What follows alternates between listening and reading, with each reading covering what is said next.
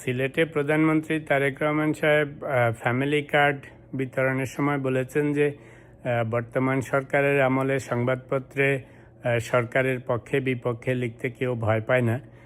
সেই কথাটা আপাত দৃষ্টিতে মনে হয় সত্যি, কিন্তু যারা আপনারা সংবাদকর্মী আছেন, বাংলাদেশে পত্রপত্রিকায় লিখেন বা সোশ্যাল মিডিয়ায় আছেন, তা আপনারা হয়তো ভেরিফাই করতে পারবেন যে কতটা সত্যি কি না।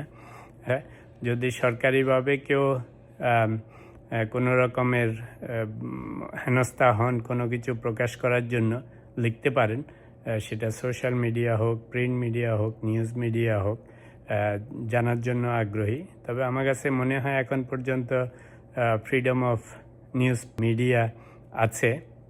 আগে যেমন ফেসবুকে একটা পোস্ট দিতে গেলে মানুষের বুক কাঁপতো, তারপরে নিউজ পেপারে সরকার বিরোধী কিছু কথা বলতে গেলে বুক কাঁপতো যে কখন কে কোত্থেকে ধরে নিয়ে যাবে, সেগুলি তো এখন হচ্ছে না, আমার কাছে মনে হচ্ছে না। আপনারা যদি কোনো অন্যরকম খোঁজখবর থাকে জানাবেন।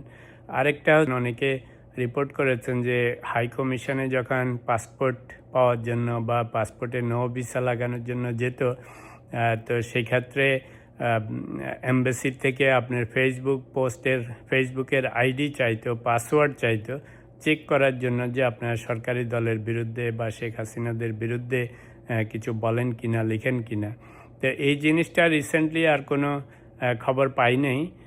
তো যদি কেউ এরকম অবস্থার সম্মুখীন হন যে আপনাদের পাসপোর্ট রিনিউয়ালের জন্য গেলে বা পাসপোর্টের জন্য অ্যাপ্লাই করতে গেলে কিংবা নো ভিসা রিকোয়ারমেন্টের জন্য গেলে হাইকমিশনগুলি আপনার ফেসবুক আইডি চায় কিনা, এটা খুবই একটা প্রাইভেট ম্যাটার। তো আমাদের কানাডিয়ান হাইকমিশনে কোনো হাইকমিশনার এটা ইমপ্লিমেন্ট করেছিলেন আওয়ামী লীগের আমলে। তো সেটাও যদি কেউ ভিন্ন ভিন্ন দেশে থাকেন একটু জানালে খুশি হব, কারণ এরকম অবস্থার সম্মুখীন হন কিনা।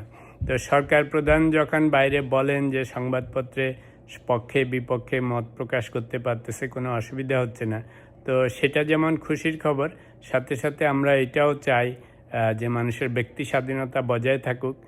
যারা দেশে বিদেশে আছেন, আপনাদের ধরনের জিনিসের জন্য যদি হাই কমিশনে যান, আপনাদের ফেসবুক আইডি বা সোশ্যাল মিডিয়া আইডি চাই কিনা, এরকম কেউ কোনো কিছুর সম্মুখীন হন জানাবেন, বা আগে হয়েছেন এখন আর হচ্ছে না বা এখনও হচ্ছে, সে যে দেশেই হোক, তো জানাবেন, তাহলে আমরা সেটা নিয়ে কথাবার্তা বলবো।